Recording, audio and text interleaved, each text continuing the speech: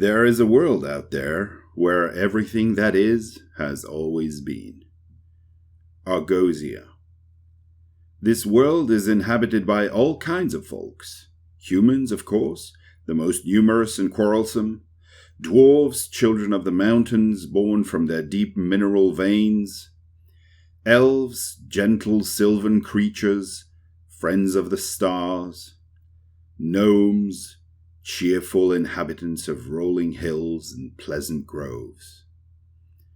It is a world of wonders and miracles. Magic exists, wild and raw.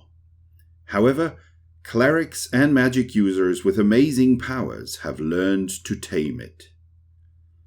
The human lords live in large and sturdy castles, always built in the most defensible places. Peasants live under their protection, amid small picturesque villages surrounded by fields, woods, and pastures. Humans also raise vast towns and cities surrounded by high walls and high towers, because the world is a very dangerous place. In the wilderness lurk fierce creatures, hungry and fearless. Vast clans of dreadful semi-nomadic humanoids hide in caves and ruins. They are slavers, cannibals, brutal and cruel. As they travel the roads, mortals must battle or negotiate with dark fairies, undead, and all sorts of evil, cold, and merciless abominations. Not to mention the most dreadful of all beasts, the great dragons that burn, plunder, and devour. It's a world of perilous adventures, legendary quests, and incredible tales. Humans can be found everywhere. It's certainly the most populous of the enlightened folks, but also the most colourful. Because of magic, a human newborn looks somewhat like its parents, but its hair, eyes, and even skin can be any colour. Everything is mixed up. Inevitably, people got used to these differences and tend to be welcoming and open-minded. More often than not, humans rule cities and kingdoms. They are the ones who run the largest temples and the most renowned academies of magic. Usually, when humans go on adventures, it's because it is their duty or their job. Almost all dwarves live in the mountains amidst half-buried rock fortresses. They raise large, long-haired goats and dig mines and galleries in search of iron, precious metals, and gems. Dwarves are well known for their grim culture and the rigor and precision of their craftsmen. The most famous will occasionally move to human cities to practice their craft and build their fortune. Dwarves go on adventures when they are still young to see the world under the pretext of visiting distant cousins. Shy and few in numbers, elves roam freely in the heart of the world's oldest forests and on the edges of wilderness. They are a nomadic folk, though they maintain rare and ancient cities that seem like large, well-hidden palaces. They call them last houses. Elves raise very large and cunning felines that may be a little magical. Some elves know how to talk to birds, and almost all of them know the names and uses of magical plants.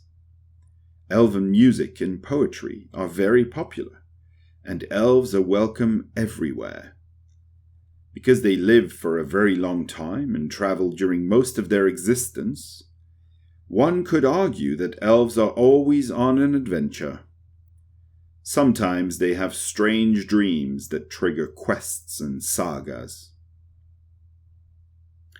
Gnomes live in hilly woodlands, cultivate fields and vineyards, raise pigs and rabbits, make all kinds of cheeses and some succulent brandies, the most famous of which is certainly the caterpillar, an apple brandy with a big fat green caterpillar floating in the bottle.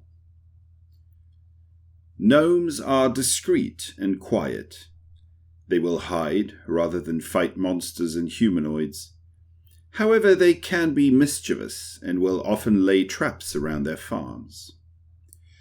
Gnomes don't go on adventures much, but some are driven by curiosity and excitement. Their neighbors nod, bid them farewell, and return to their cabbages and carrots. The human lords are called kings, barons, and knights. There are also great dames, intrepid princesses, and proud heroines. Almost all the lords live in large castles. They are tasked to protect roads and villages, the outskirts of cities, and the borderlands along the wilderness. In exchange, they levy taxes or toll fees. Knights train constantly where they're not patrolling their lands. When they cannot handle certain threats themselves, lords hire adventurers to do the work for them. And when a lord becomes an evil tyrant, you can be sure that adventurers will come and hunt him down. It takes a long apprenticeship to master the art of spellcasting. It is the prerogative of magic users. They study with lonely wizards or in large academies with long traditions. Later, they can settle down and find employment with a lord or become adventurers to serve everyone with their art. Some magic users establish themselves as enchanters or alchemists. In their crowded workshops, they make rare and precious potions, scrolls, and, less frequently, magic items. Every village has a wizard's tower. Magic users appointed by the local lord work there. They protect the community, help the authorities and the peasants, and above all, every morning, they teach class to the neighborhood's boys and girls. Temples and shrines can be found randomly along the roads and in communities. Here, simple votive shelters in the hollow of a rock. There, immense munificent palaces frequented by countless faithful. Each of the 7 protective divinities of the enlightened has its own temples and qualified priests. Nearly all clerics become adventurers when they leave the seminary in order to carry out the missions bestowed by their divinity. Primordial creatures such as dragons and fairies tell the story of how the gods and goddesses chased away the world-building titans to allow their children to take over the world. Whether that is true or not, all humans, elves, gnomes, and dwarves worship and respect these protective and benevolent deities.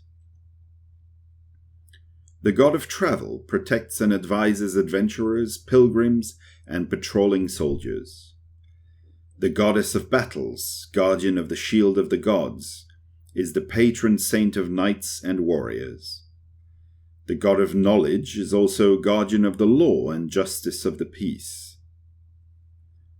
The goddess of life, patron saint of peasants and healers, reigns over fields and homesteads. Her sister, the goddess of death, is also the protector of children and madmen. The god of luck protects merchants and thieves alike. He is also the patron saint of towns and cities. The goddess of magic is discreet and withdrawn. Her priests are few, often anonymous, and her temples well hidden. There are also 3 evil deities. Beyond the borderlands and the wilderness, their temples are always perfectly hidden. The goddess of the wild is the abominable and hungry deity of the monstrous humanoids. The goddess of the night is the mother of the undead and the patron saint of evil sorcerers. She has always been at war with the goddess of magic. The god of murder is completely mad and unpredictable, as are his priests. The commanderies are somewhat special temples that welcome the fighting orders of certain deities. This is where paladins train and meet between two adventurous quests. In towns and cities, one can sometimes come across cocky people glancing at you provocatively. They are members of the Thieves Guild. They watch the streets to protect other thieves, the ones that no one sees. The Thieves Guild deals with gambling, smuggling, extortion, usury, theft, fencing, and many other dubious and forbidden trades. But it's always difficult to capture and convict its members, and it's always dangerous to meddle in their affairs. Adventurers are welcome almost everywhere, but there is always a little apprehension. After all, if there are adventurers around here, it means there are certainly threats to face, problems to solve, and adventures to embark on. If only it could happen in the neighboring village. People forgive adventurers many things, as long as they don't break the law and don't behave like brigands or swines.